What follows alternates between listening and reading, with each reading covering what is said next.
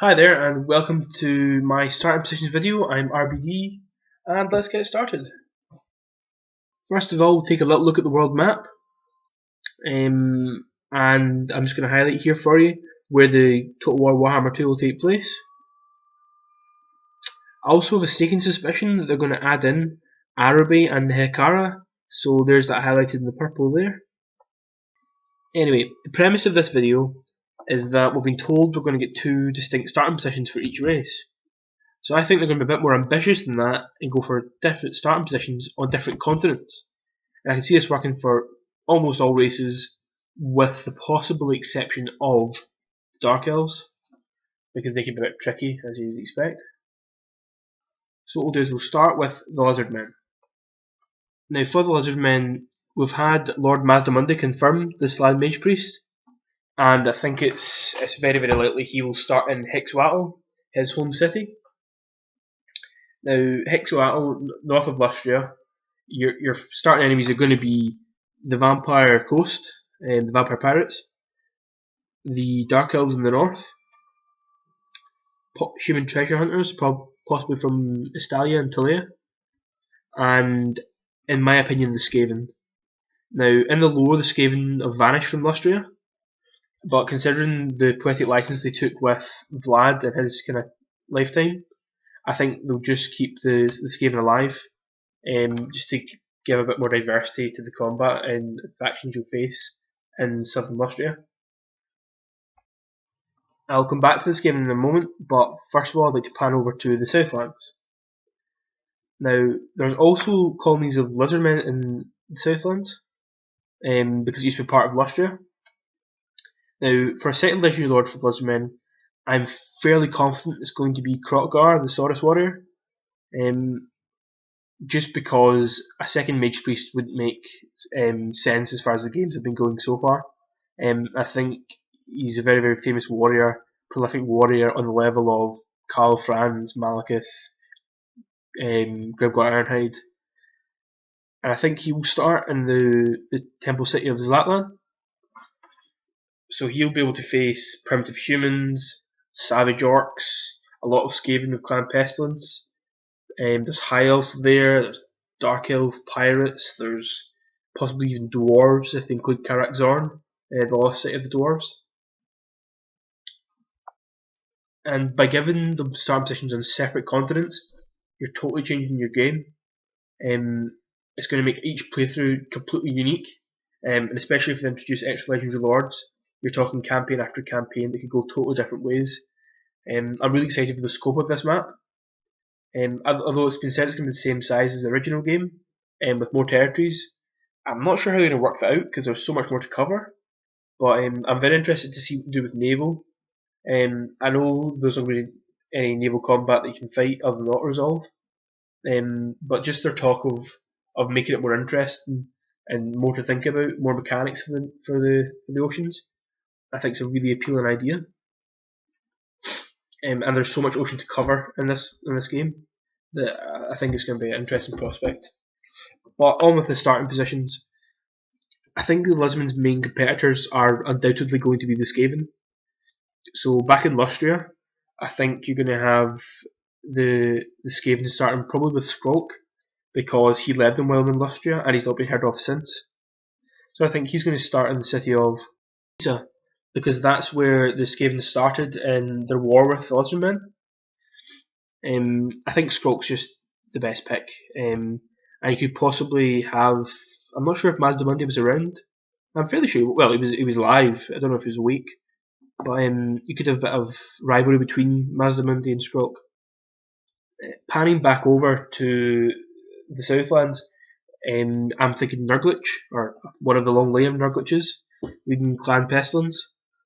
I'm interested to see how they do this Skaven, because I don't see it revolving around the clan so much, because I feel it'll be an outcry if we're going to get like plague priests and plague monks, but no rat ogres or doomfire wheels or rattling gunners. I think the different units, different factions are going to be tricky to sort out. But I can't remember whose video it was. I sort of watched. Possibly maybe an Adept General did a video on Skaven mechanics where he was suggesting, depending on the settlement, what buildings you build would depend on which clan it belonged to, which would therefore give you different units. So if you built your clan around, built your settlement around rat ogres, etc., then that would be a clan Mulder settlement. If you built around assassins, it would be clan Eshin. If you built around plague monks, it would be pestilence. And I thought that was an interesting mechanic. The Skaven start point in the Southlands would be their temple city in the jungle. I'm not sure how they're going to do that under Empire, but I'm fairly sure CA will have a go at it. I'll speak to one of my friends, and he was insisting that it's going to change dramatically the Empire, and I think this game will go to the Empire, and you will get to see the Under Empire there. But I think that will only be on the combined map, because they can't bring out a second game and have it completely change the first one. You then basically force people to buy them both, and they can't really get away with that. So I do think that if you've got Warhammer 1, it will remain unchanged. If you have both, the combined map will have the Under Empire across all the continents. Because the Skaven tunnels, I reckon, are going to run pretty much under the entire map. The only place I wouldn't expect them to be is Ulthuan. I wouldn't really expect them to be up the Chaos Wastes, but who knows? Definitely would expect them in. You would expect them in Nagaroth, parts of Lustria, and definitely the Old World. So that gives them a bit of scope as well.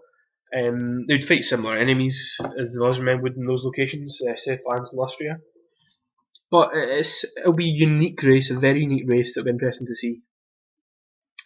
Now, sticking with the Southlands, and we go towards the south of the Southlands, there's the Fortress of Dawn of the High Elves, and I'm going to make an argument that I think Teclis is going to start here, just because from the trailer we saw him looking for relics or plaques or rituals of the past to try and work out how to save the Great Vortex.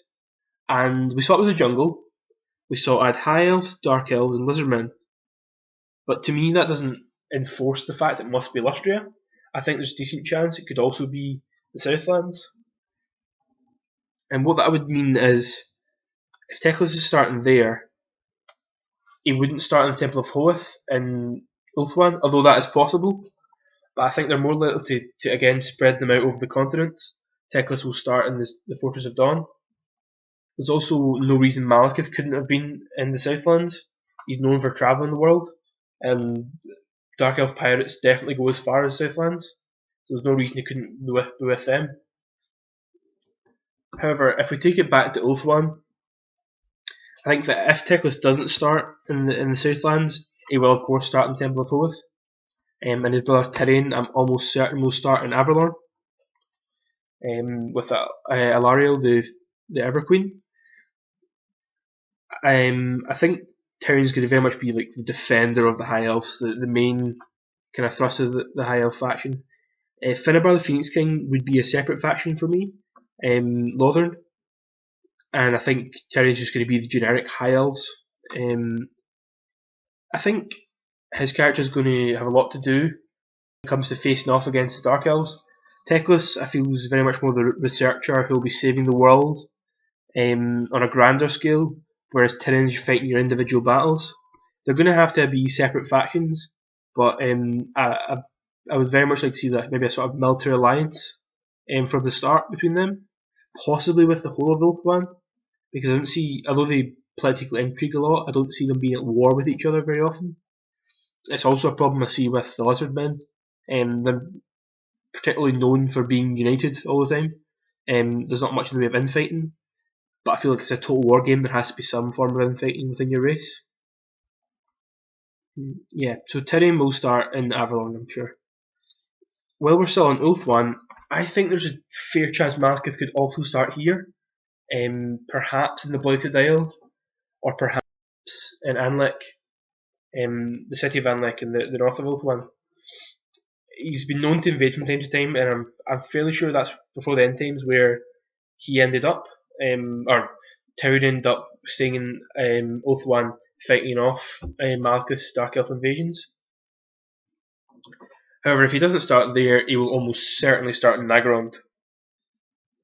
Now, I feel like Nagaroth as a whole is going to be tricky because I feel like most of the time it's going to be Dark Elves. You would get perhaps the odd High Elf invasion, possibly led by Tyrion, I suppose, if his start position isn't in Avalon.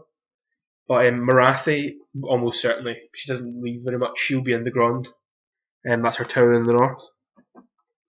Assuming she's a Legendary Lord, which I think is fair to assume.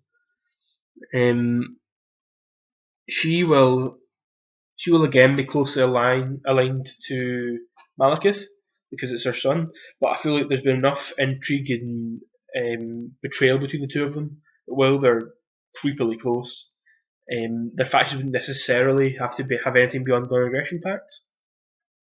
She could perhaps be like the Witch Elf faction, while Malekith it would just be the Dark Elves.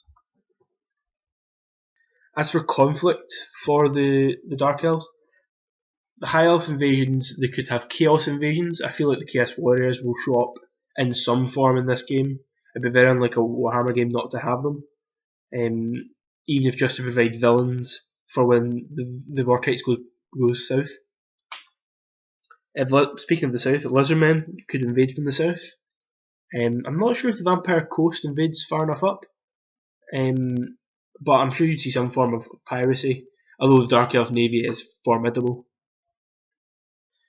So from there, that would give us Mazdamundi on Lustria, Kroq-Gar on Southlands. It would give us Nurglich on Southlands, and Skrulk on Lustria. We could have Teclis on Southlands, Tyrion and Ulthuan, Malekith and Ulthuan, and Marathi on Nagaroth. And I think that's would be an interesting start because you're spread out. Everyone's getting to see a chunk of the map. You don't have necessarily go, I want to see Southlands, but oh no, I want to play the High Elves. You can, or oh no, I don't want to be stuck in Nagaroth as Dark Elves. Well, maybe you won't be. Especially if we go into the idea I had really recently actually of what if they took it. Well, you don't want any of these factions to be horde factions. I'm not a fan of that. It works well for the Beastmen and that it makes sense for chaos, but I don't want to see any more horde factions personally.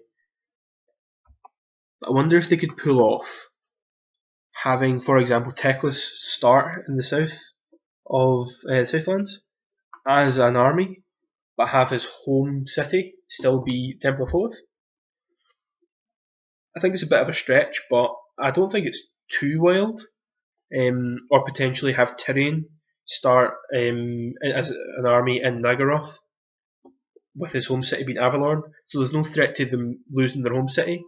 So that means they don't have to be war between different High Elves. Although I'm sure they would include the function to do that if you so wished. Why not create your own Sundering? You never know. What if Kroq-Gar's home city is in Lustria, but he spawns, or him and his army starts in the Southlands? You think it would add a bit more variety to the game, and just change it up a bit from what we're used to seeing. Although I'm very hopeful for this game that we will see quite a change up of what we're used to. As for further Legendary Lords for each of the factions, I feel the first one to come out for the Dark Elves would be Helbron in Hagreth, the city. Just because, although she has a great rivalry with Marathi, I would really like to see like a Lord pack that would maybe bring in half of the Dark Elves and Alariel for the High Elves. Perhaps the Hag and the Maiden Fair. Alariel, of course, would be starting Avalon, which would displace Tyrion, so I'm not quite sure how that would work. But I just think she'd make a very good counterpart and rivalry to Helbron. Helbron's this avatar of darkness and blood, and Alariel's the Ever Queen, a paragon of the light. For the High Elves, you could also have Finnebar, I suppose, the Seafarer, the Phoenix King, with his own faction of Lothern. I'm fairly sure all the High Elves will have access to Lothern Sea Guards, but they could perhaps find a way to differentiate him by giving him an extra unit like that. For the Skaven, I really wouldn't want to comment on the Skaven's extra Legendary Lords, because I feel like for everyone you could name, there's one that could one up it, and you would say probably belongs in the Under Empire in the Old World, which I feel is the real home of the Skaven. I understand why they didn't do them as a DLC race. I completely understand. They want to put a lot of time and resources into them.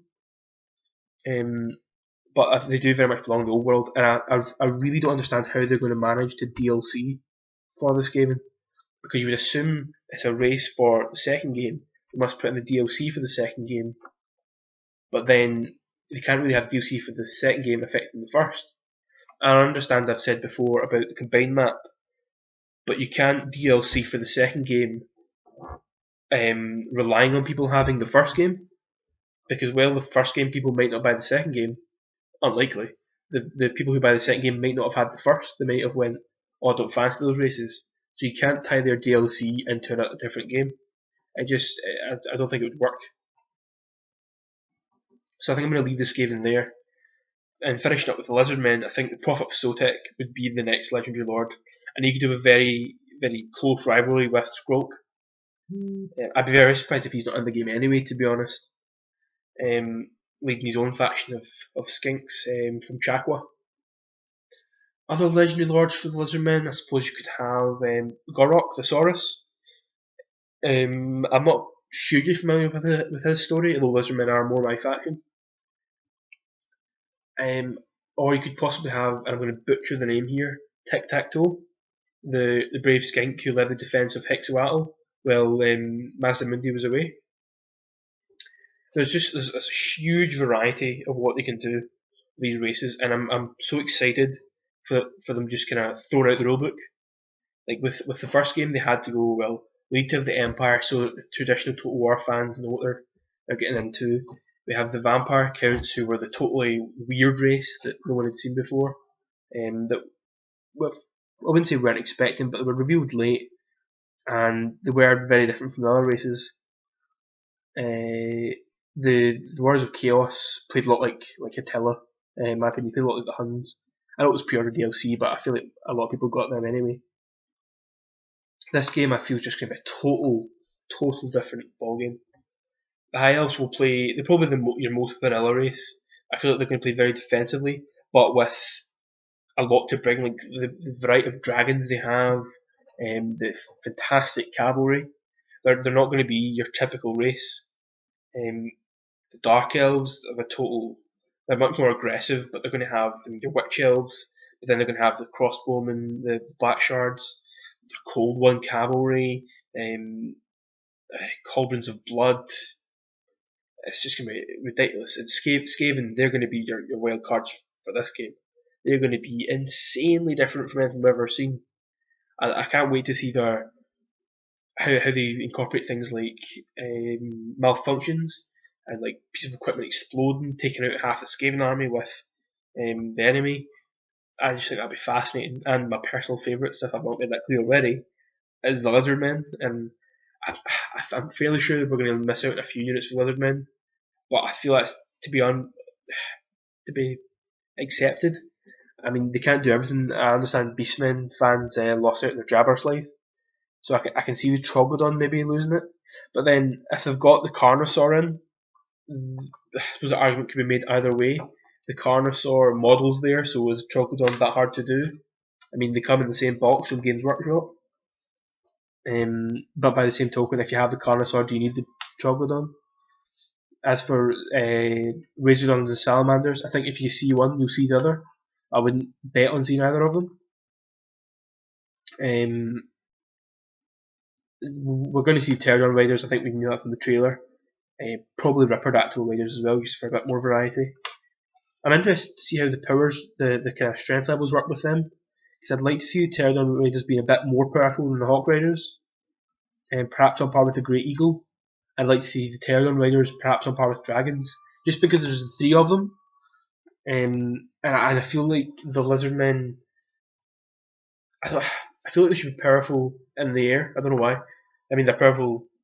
They're perhaps not the best at ranged, but then their magic makes up for that. Although I'll worry how they're going to do the magic, but we'll do that in another video. Anyway, I've rambled on for long enough. Thank you for watching. If you enjoyed this, please subscribe, and I'll see you all soon.